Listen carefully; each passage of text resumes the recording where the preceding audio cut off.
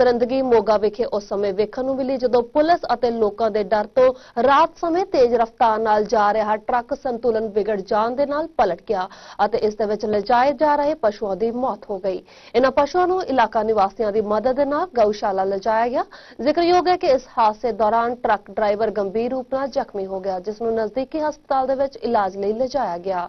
रात दे हनेरे दा फायदा चुकदे शरारती अंसरां वल्लों कुछ पशुओं नूं ट्रक दे विच लोड करके लिजाया जा रहा सी, पर उत्थे ही पुलिस अते लोकां दे डर दे चलदिआं तेज रफ्तार नाल चलाया जा रहा एक ट्रक पलट गया, जिस नाल 6 पशुओं की मौके ते ही मौत हो गई। 2:30 पौने 3 ਦਾ ਟਾਈਮ ਸੀ। 3 ਵਜੇ ਦੀ ਗੱਲ ਹੈ।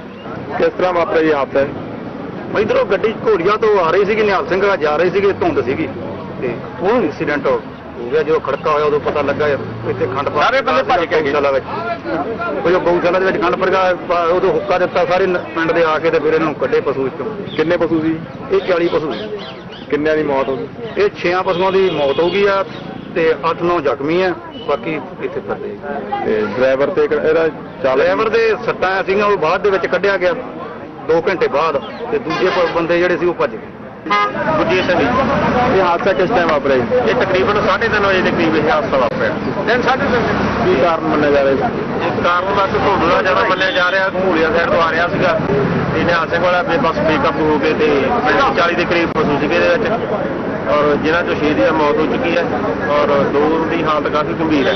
वो अपने अंगहीन गऊशाला फूलियाला है अपने इलाज उन्होंने कर रहे और बाकी थोड़िया बड़िया सट्टा है पशुओं के। बाकी जो चालक सीगा उन्होंने काफ़ी गंभीर सट्टा वो बाघा माना सिविल हस्पताल है और बाकी 2 बंदे जो मौके पर फरार हो चुके उन्होंने असीं फड़ नहीं सके। ਜ਼ਿਕਰਯੋਗ ਹੈ ਕਿ ਇਹ ਲੋਕ ਜ਼ਿਆਦਾ ਮੁਨਾਫਾ ਕਮਾਉਣ ਦੇ ਚੱਕਰਾਂ ਦੇ ਵਿੱਚ ਜ਼ਰੂਰਤ ਤੋਂ ਵੀ ਵੱਧ ਜਾਨਵਰ ਗੱਡੀ ਦੇ ਵਿੱਚ ਲੋਡ ਕਰ ਲੈਂਦੇ ਨੇ ਅਤੇ ਉਹਨਾਂ ਨੂੰ ਸਹਾਰਨਪੁਰ ਅਤੇ ਯੂਪੀ ਵਰਗੇ ਕਈ ਸ਼ਹਿਰਾਂ ਦੇ ਵਿੱਚ ਬੁੱਚੜਖਾਨਿਆਂ ਵਿੱਚ ਵੇਚ ਦਿੰਦੇ ਨੇ। ਲੋੜ ਹੈ ਇਹਨਾਂ ਦੇ ਉੱਤੇ ਸ਼ਿਕੰਜਾ ਕੱਸਣ ਦੀ।